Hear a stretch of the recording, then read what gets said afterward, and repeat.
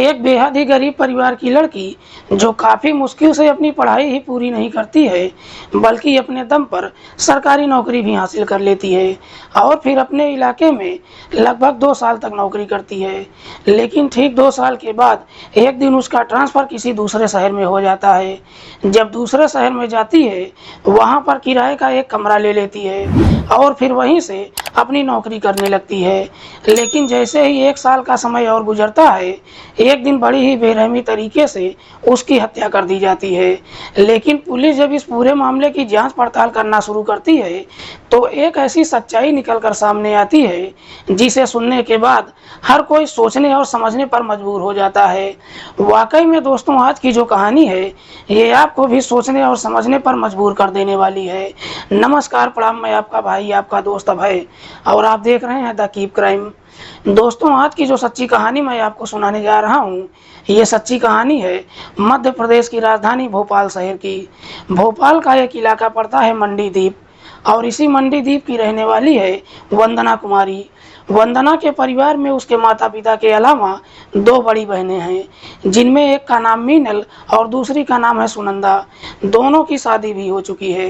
वंदना भी जब जवानी की दहलीज पर कदम रखती है, उसके माता पिता कई जगहों पर उसके रिश्ते की बात करते हैं, लेकिन वंदना शादी करने के लिए तैयार ही नहीं होती है। दरअसल वंदना अपने माता पिता से कहती है कि जब तक मैं सरकारी नौकरी हासिल नहीं कर लेती हूँ, तब तक मैं शादी नहीं करूँगी। उसके बाद वंदना अपना स्ट्रगल करना शुरू कर देती है। लगभग 32 साल की उम्र के पड़ाव पर जब पहुंच जाती है, तब कहीं जाकर उसको नौकरी मिलती है और फिर उसको अपने ही इलाके के सरकारी हॉस्पिटल में एएनएम की नौकरी मिल जाती है। उसके बाद वंदना अपने ही घर से नौकरी करने लगती है। लेकिन जैसे ही 2 साल का समय गुजरता है, ठीक 2 साल के बाद वंदना का ट्रांसफ़र सीहोर जिले के अंतर्गत आष्ठा थाना क्षेत्र में हो जाता है। उसके बाद वंदना आष्ठा इलाके में चली जाती है और वहीं पर किराए का एक कमरा लेकर अपनी नौकरी करने लगती है। लगभग 1 साल का समय और गुजर जाता है। इस दरमियान वंदना अपने माता पिता के अलावा अपनी बहनों से भी बातचीत करती रहती है। बात कर रहा हूं मैं 31 जनवरी 2024 की सुबह सुबह। हर रोज की तरह वंदना अपनी नौकरी पर तो जाती है, लेकिन दोपहर के बाद उसका मोबाइल स्विच ऑफ हो जाता है। इसीलिए उसके घर परिवार वालों के साथ साथ उसकी बहनें भी कई बार उसके नंबर पर फ़ोन करती रहती हैं, लेकिन देर शाम तक भी जब उसका नंबर नहीं लगता है, वंदना की दोनों बहनें आष्ठा थाने में पहुंच जाती हैं और फिर अपनी बहन की गुमशुदगी की रिपोर्ट दर्ज करवा देती हैं। पुलिस जब गुमशुदगी का रिपोर्ट दर्ज करती है, उसके बाद पुलिस भी वंदना की हर जगहों पर तलाश करती है। पूरी रात गुजर जाती है, लेकिन बावजूद इसके वंदना का कहीं कुछ पता नहीं चलता है। आखिरकार अगले दिन 1 फरवरी 2024 को इधर शाजापुर जिले के अंतर्गत एक गांव आता है, बेरछा। इसी बेरछा गांव का एक किसान है, जगदीश पाटीदार। दरअसल जगदीश के खेत में लोगों को जली हुई एक डेड बॉडी दिखाई देती है। लोग जैसे ही जली हुई डेड बॉडी को देखते हैं, तुरंत ही इस बात की जानकारी नज़दीकी थाने में देते हैं।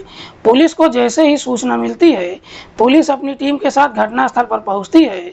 सबसे पहले डेड बॉडी को चेक करती है। दरअसल वो डेड बॉडी पूरी तरह से जल चुका था।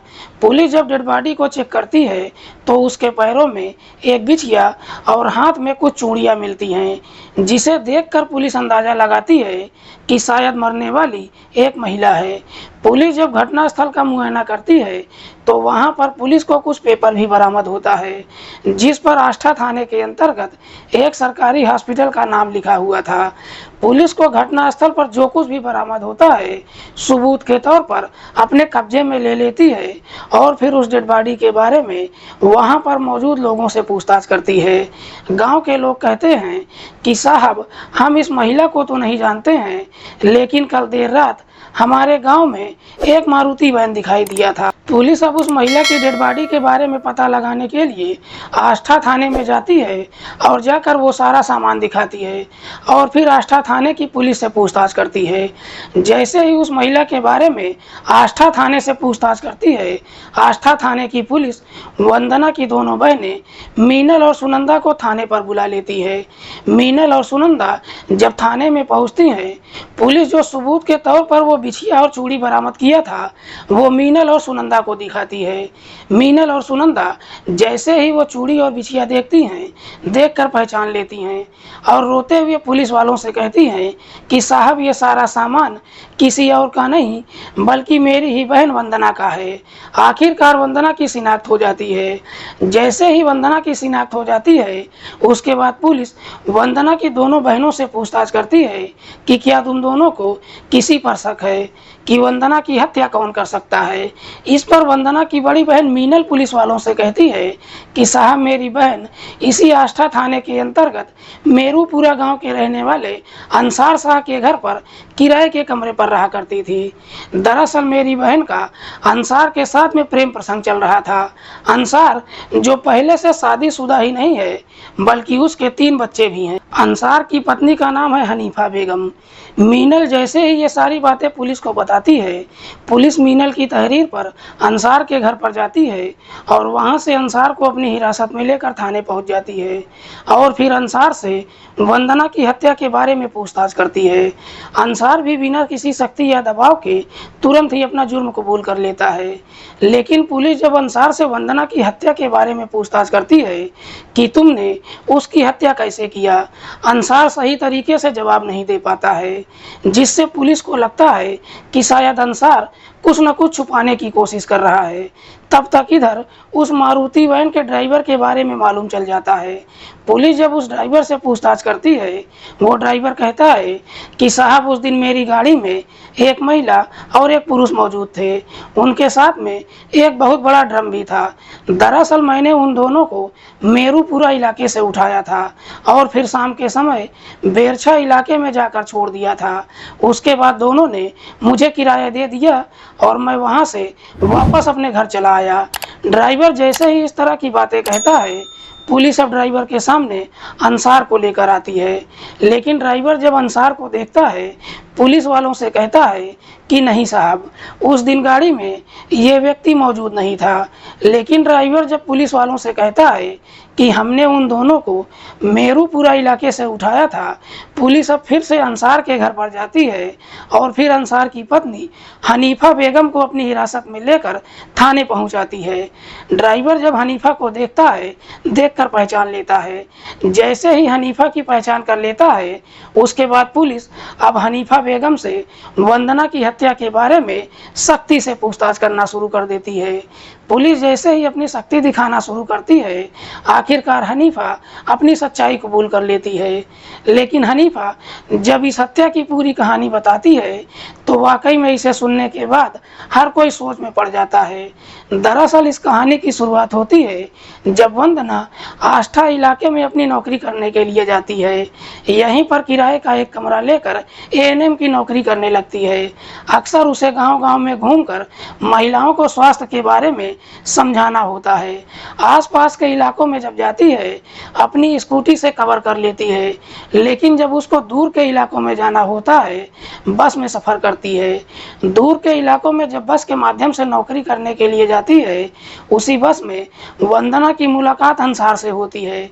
दरअसल उसी बस में अंसार कंडक्टर की नौकरी करता है। जब बार बार बस के द्वारा सफ़र करना शुरू करती है इधर अंसार और वंदना की मुलाकात होने लगती है। दोनों के बीच में जान पहचान भी हो जाती है। उसके बाद अंसार वंदना की काफ़ी आवभगत भी करता है। दरअसल अंसार पहले से ही वंदना के लिए एक सीट खाली करके ही नहीं रखता है बल्कि वंदना जब भी बस में आती है उसके लिए खाने पीने का इंतजाम भी कर देता है। जैसे ही कुछ दिन का समय गुजरता है वंदना और अंसार के बीच में काफ़ी अच्छी दोस्ती हो जाती है। लेकिन जैसे ही दोस्ती हो जाती है अंसार अपने बारे में वंदना से सब कुछ बता देता है कि मैं पहले से शादीशुदा ही नहीं हूँ बल्कि मेरे 3 बच्चे भी हैं। लेकिन अंसार को जब मालूम चलता है कि वंदना उसी के इलाके में किराए के कमरे में रहती है, एक दिन अंसार वंदना को सुझाव देते हुए कहता है कि क्यों ना तुम मेरे ही घर पर किराए पर रह लो। अपने ही घर पर जब किराए का कमरा देने के लिए कहता है, वंदना भी इसके लिए तैयार हो जाती है और फिर अंसार के ही घर में किराए के कमरे पर रहने लगती है। जब उसके घर पर किराए पर रहने लगती है, जब कुछ दिन का समय और गुजर जाता है, आखिरकार इन दोनों की दोस्ती प्यार में बदल जाती है। लेकिन जैसे ही दोनों के बीच में प्रेम प्रसंग शुरू होता है, आखिरकार वो समय भी आ जाता है जब एक दिन अंसार के घर के अंदर ही दोनों के बीच में अवैध संबंध भी बन जाता है। लेकिन जैसे ही दोनों के बीच में इस तरह का रिश्ता कायम हो जाता है, अंसार काफी डर जाता है। दरअसल अंसार को अब ये डर सताने लगता है कि एक न एक दिन शायद इस बारे में उसकी पत्नी और बच्चों को जरूर मालूम चल जाएगा। इधर अंसार को लगता है कि शायद वंदना उसके साथ केवल टाइम पास कर रही है। जैसे ही उसका यहाँ से तबादला हो जाएगा, वंदना यहाँ से चली जाएगी। इसीलिए अंसार जाकर अपनी पत्नी से सारी सच्चाई बता देता है।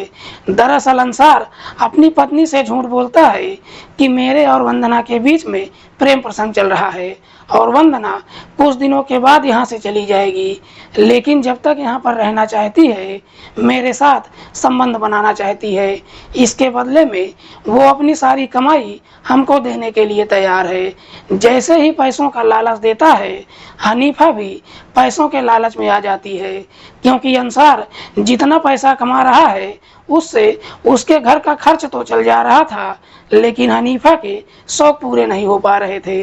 इसीलिए हनीफा भी पैसों के लालच में आ जाती है और फिर अपने पति को इजाज़त दे देती है।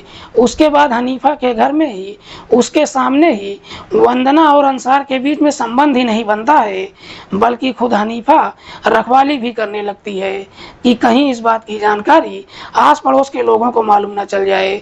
इधर वंदना जो भी पैसा कमाती है, दिल खोल कर अंसार के घर परिवार वालों के ऊपर लुटाना शुरू कर देती है। समय बेहतर तरीके से गुजरना शुरू हो जाता है।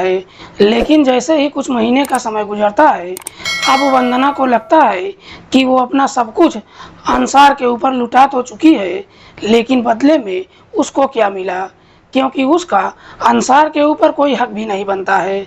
दरअसल वंदना अब अंसार से शादी करने का फैसला कर लेती है, लेकिन चाहकर भी अपने दिल की बात अंसार से नहीं बता पाती है, बल्कि खर्चा देना बंद कर देती है।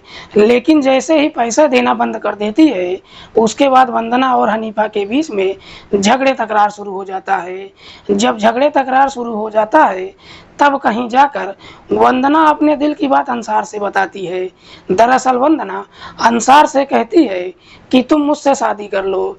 शादी करने की बात जैसे ही कहती है, ये सुनकर हनीफा एकदम से गुस्से में आ जाती है। हनीफा अपने पति के ऊपर दबाव डालने लगती है कि तुम किसी भी कीमत पर वंदना से शादी नहीं करोगे। अंसार भी वंदना को समझाते हुए कहता है कि हम दोनों शादी कैसे कर सकते हैं, क्योंकि तुम हिंदू हो और मैं मुसलमान हूँ। जब जाति धर्म बीच में लेकर आता है, वंदना अपना धर्म परिवर्तन करने के लिए तैयार भी हो जाती है। लेकिन वंदना और हनीफा के बीच में जब आए दिन झगड़े तकरार शुरू हो जाता है, उसके बाद वंदना हनीफा का घर खाली कर देती है और बगल में जाकर एक किराए का कमरा लेकर रहने लगती है। लेकिन बगल में जब किराए का कमरा ले लेती है, बावजूद इसके वंदना और अंसार का मिलना जुलना बंद नहीं होता है। अंसार जब वंदना से मिलने के लिए उसके कमरे पर जाता है, वंदना अब अंसार के ऊपर दबाव देते हुए कहती है कि तुम अपनी पत्नी को तलाक दे दो और मुझसे शादी कर लो। जब उसके ऊपर दबाव डालना शुरू करती है, अंसार भी काफ़ी सोच विचार करने के बाद फैसला ले लेता है कि वो अपनी पत्नी को छोड़ देगा और वंदना से शादी कर लेगा। अंसार को लगता है कि वंदना के पास एक सरकारी नौकरी ही नहीं है, बल्कि ठीक ठाक पैसा भी कमाती है। इसीलिए अंसार अब जाकर अपनी पत्नी हनीफा से कहता है कि मैं तुमको तलाक देना चाहता हूँ। जैसे ही तलाक देने की बात कहता है, ये सुनकर हनीफा एकदम से डर जाती है। दरअसल हनीफा को अब अपना परिवार बिखरते हुए दिखाई देने लगता है। हनीफा अंसार को काफ़ी समझाने की कोशिश करती है, लेकिन अंसार भी अब अपनी जिद पर उतर जाता है, कि मैं अगर शादी करूँगा तो सिर्फ और सिर्फ वंदना से ही करूँगा। जैसे ही अपनी जिद से पीछे नहीं हटता है, अब हनीफा अपने परिवार को बचाने के लिए वंदना को ही इस दुनिया से हटाने का तय कर लेती है, क्योंकि हनीफा को लगता है कि वंदना की वजह से ही उसका परिवार खराब हो रहा है। उसके बाद हनीफा वंदना को इस दुनिया से हटाने के लिए एक षड्यंत्र बनाती है और अपने इस षड्यंत्र में अपने ही किराएदार रामचंद्र को भी शामिल कर लेती है। रामचंद्र जो पेशे से एक तांत्रिक है, जैसे ही वंदना को इस दुनिया से हटाने का तय कर लेती है, उसके बाद इसी षड्यंत्र के तहत 31 जनवरी 2024 को दोपहर के लगभग 12 बजे के आसपास वंदना के हॉस्पिटल में पहुंच जाती है और जाकर उससे कहती है कि मेरे घर पर चलो, हम आज ही फैसला करेंगे और मैं अपने पति को छोड़ दूंगी।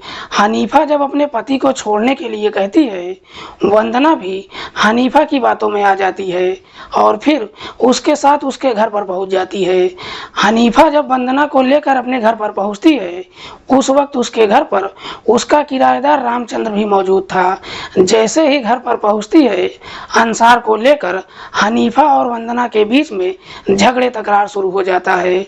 जैसे ही झगड़े तकरार शुरू हो जाता है, उसके बाद हनीफा अपने घर के अंदर से एक भारी सरिया उठा कर लाती है और उसी से वंदना के सर पर काफी जोर से वार कर देती है, जिसकी वजह से वंदना काफी गंभीर अवस्था में वहीं पर गिर जाती है। जैसे ही नीचे जमीन पर गिर जाती है, उसके बाद हनीफा और उसका किराएदार रामचंद्र दोनों मिलकर वंदना की गला दबाकर हत्या कर देते हैं। वंदना की जब मौत हो जाती है, उसके बाद उसकी डेड बॉडी को ठिकाने लगाने के लिए एक मारुति वैन बुक कर लेते हैं और वंदना की डेड बॉडी को एक भारी ड्रम में पैक कर देते हैं। लगभग 3 बजे के आसपास जब अपने घर से निकलते हैं, उस ड्रम को लेकर कार में बेरछा इलाके में पहुंच जाते हैं। वहां पर जाकर एक खेत में रुकते हैं, ड्राइवर को पैसे देकर वापस भेज देते हैं।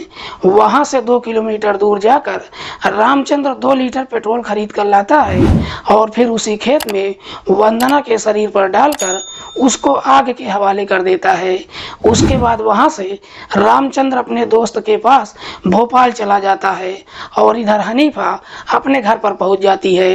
लेकिन पुलिस जब इस पूरे मामले का खुलासा करती है और सबसे पहले जब अंसार को गिरफ्तार करती है, अंसार को तो पहले से ही मालूम चल जाता है कि वंदना की हत्या किसी और ने नहीं बल्कि उसकी पत्नी हनीफा ने ही किया है।